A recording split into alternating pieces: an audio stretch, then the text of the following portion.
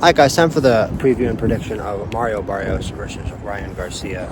That's going to happen this Saturday, February 21st. And I think the problem with this fight is the problem with most Ryan Garcia fights, and that the headlines tend to be all about Ryan Garcia, not about the fight itself. Or in this fight, it's been more about who his next opponent is than the fight itself. It's been more about a prospective Garcia versus Haney rematch, or a prospective Shakur versus Garcia rematch, just a fight between Shakur and Garcia, a prospective fight in the future.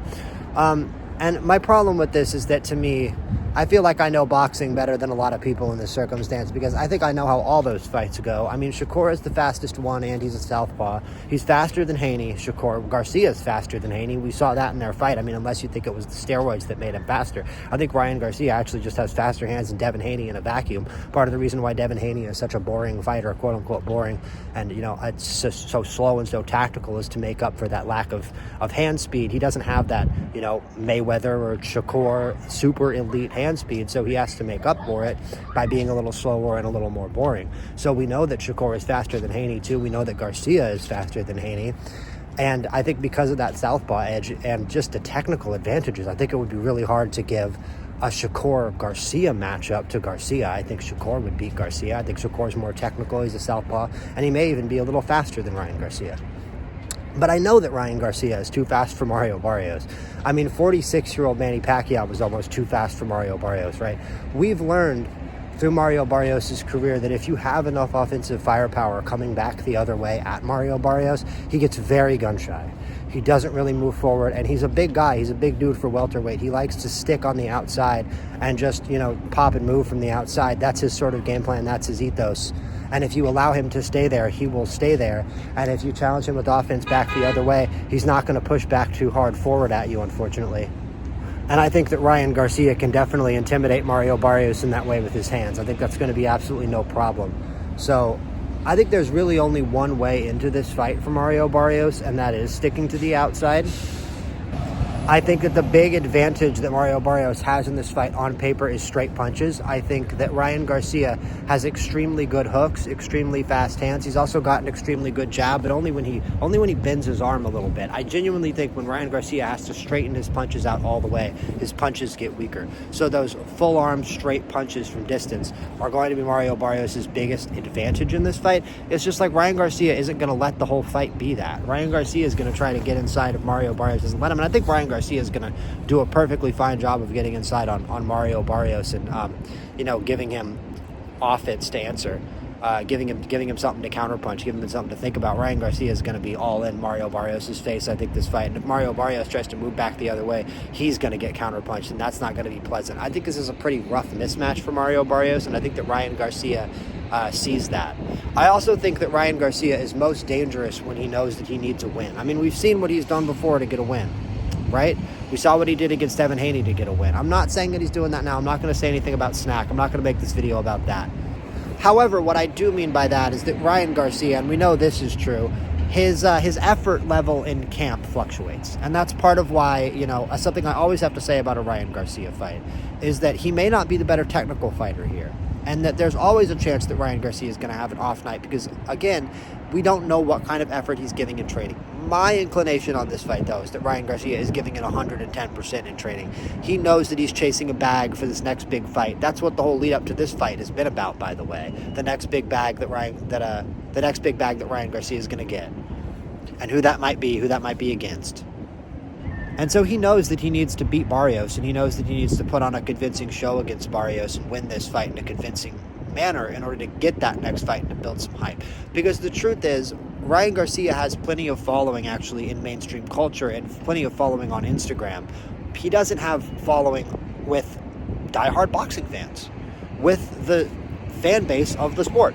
Don't respect him in the way they respect other fighters. And that is actually what is holding him back, I believe, from a wider mainstream appeal, in addition to never having been a world champion. I can't believe, I can scarcely even think about how big of a celebrity Ryan Garcia would become if he was an undisputed champion, right? I actually don't want to think about it. I don't think that would be the best thing for Ryan Garcia, actually. But I think Ryan Garcia wins this fight. I think Ryan Garcia wins this fight by KO. Actually, we've never seen Mario Barrios knocked out. He's a very strong, tall, tough fighter.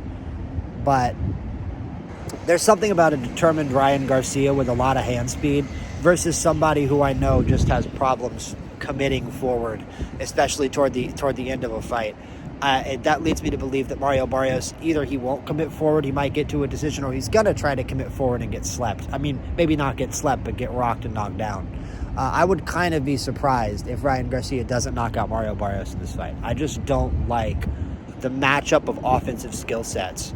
And Ryan Garcia, he might be a former lightweight, but he isn't small enough to not threaten Barrios' chin, right? He's big enough to threaten Barrios' chin with his hands. He is.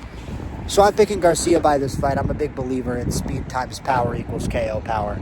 I think that with sheer volume, Ryan Garcia can probably overwhelm Mario Barrios at some point. So let's move on to Hitchins versus Duarte as this helicopter flies over. All right, so yeah, let's move on to Hitchins versus Duarte now. And there's been a lot of momentum building behind Duarte, I've noticed. A lot of people picking Duarte in this fight. Duarte is a tough fighter. Duarte, he definitely has a different skill set than George Kambosos, and I think he's not likely to make a lot of the same mistakes that George Kambosos made against Richardson Hitchins. But Richardson Hitchins had one of the best performances of last year against George Kambosos. He destroyed George Kambosos just with his jab, pretty much. It was one of those classic fights. I love saying this in boxing, where if you tied his right hand behind his back, he still would have been able to win. It really did feel like that from Richardson Hitchins because his jab is such an offensive weapon. And to be honest, I think that's what people are missing in the Duarte fight, right? Hitchins was able to piece up George Kambosos just with that jab. He was able to use that jab as both a forward-moving and backward-moving weapon against Kambosos to keep Kambosos from advancing. The difference is Duarte doesn't come in with his hands down as much as Kambosos does, which left Kambosos really, really open to getting hit by those jabs, a la Muhammad Ali versus Floyd Patterson, where in any time Floyd Patterson would leave his hands down, Ali would just ping the jab right off his chin. That is exactly how Hitchins versus Kambosos went. He ended the fight with a straight to the body, Hitchins, which is a thing that people complain about with Hitchins, that he doesn't have that power to the head. He doesn't have that destructive KO power that you'd want to see in like an undisputed champion or somebody who's going to go to the places that Richardson Hitchins seems to think that he's going to end up. Because Richardson Hitchins does talk a lot. He's got an ego on him, and that's to be suspected for any young fighter who's already got a championship belt and who has performed the way that Richardson Hitchins has. Richardson Hitchins is a talent, and his jab is one of the best single weapons that any fighters has in this sport. And you have to believe that once you watch him.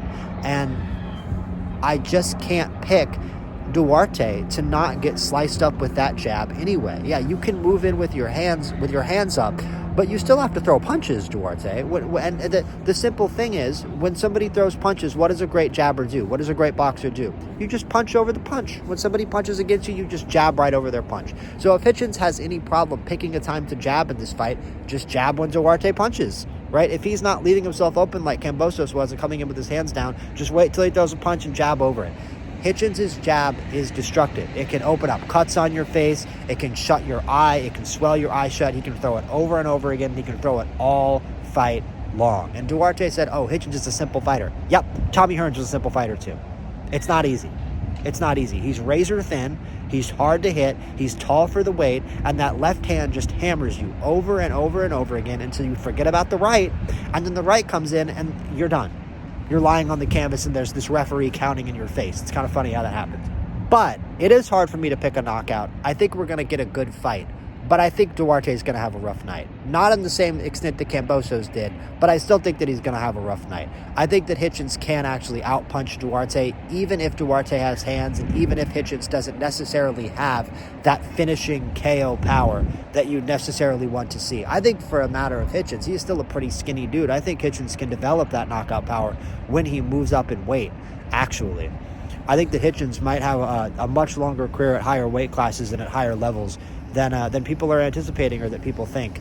And I think a lot of people are waiting for him to get fraud checked. And even if he does, I think that Hitchins will then, that could lead to that weight jump, couldn't he, if he lost? I think Hitchins is in a pretty good spot in his career, to be honest with you, win or lose. But I don't really see a loss here in the way that most people do. I think that Hitchins has hands and has a weapon in his jab that can stop pretty much any fighter in the world, at least in this weight class, in their tracks. And that as long as you believe in Richardson Hitchins' jab as an offensive weapon, the only thing that can beat him is a truly superior offensive skill set. As in, I believe the fighter would have to quite possibly out-jab him or just be such an insane force of nature that, Hitchins, just can't stand in there with him.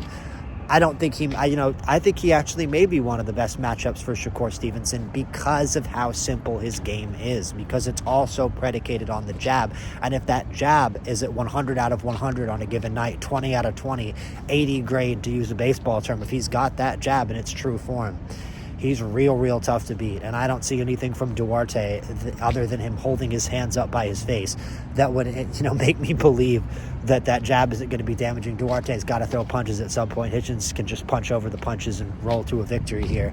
I think that once he punches over those punches, new openings will come in too. And you'll see that, Hitchins, he doesn't have that knockout power, but he can combination punch. He's got some good combination punches, and his hooks and uppercuts especially aren't bad.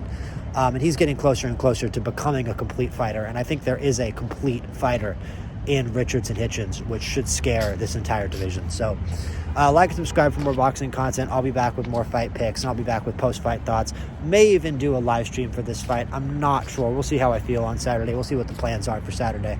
But like and subscribe to the fight channel. Like and subscribe to the main channel. I'm live all the time over on the main channel. Hopefully I'll be live more on the fight channel here too once I get some ideas. But yeah, it's been awesome. Like and subscribe, and I'll be back soon with more fight content. Peace out.